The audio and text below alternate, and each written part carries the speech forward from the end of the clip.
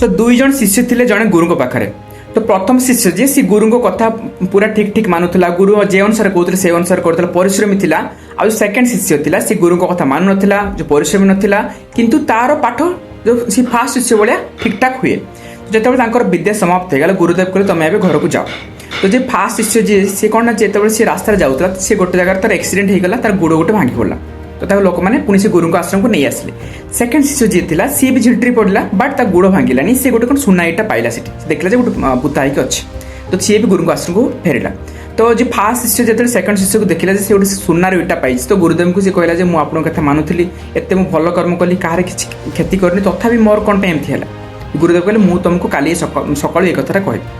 तो सकाल गुरुदेव जो ध्यान से कहले जे फास्ट जे थिला से तार किसी कर्म एमती खराब करथिला, तो जो माने जो प्रीवियस जो बार्थ रे तो अननोइंगली हेतिला से कर्म, तो कौन से पई तार आज तार डेथ ही था। बट जेहेतु सी भल कर्म कला, तो से जो संचित तार पाप कर्म थिला से जो क्षय होइका एबे कौन ना केवल सी तार माने से जिनसरा गुड़ भंगा को आसीगला।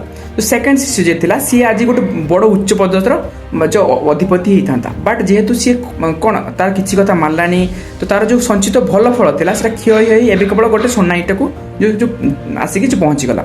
जो गुरुदेव से जो कहले जे एक्चुअली जो आमे जदि ठीक कर्म करबा ताले जदि कोन मे भी धर आमर किछि खराब कर्म बा किछि थिबो, ताले आमे गोटे भल जिंस जो पाई परिबा। आ जदि धर आपनको भल थिबो बट आपन जदि कर्म न करिवे ताले से भल जिंस जहा को पाइबारे थिबो सेटा भी आपन हरै देबे।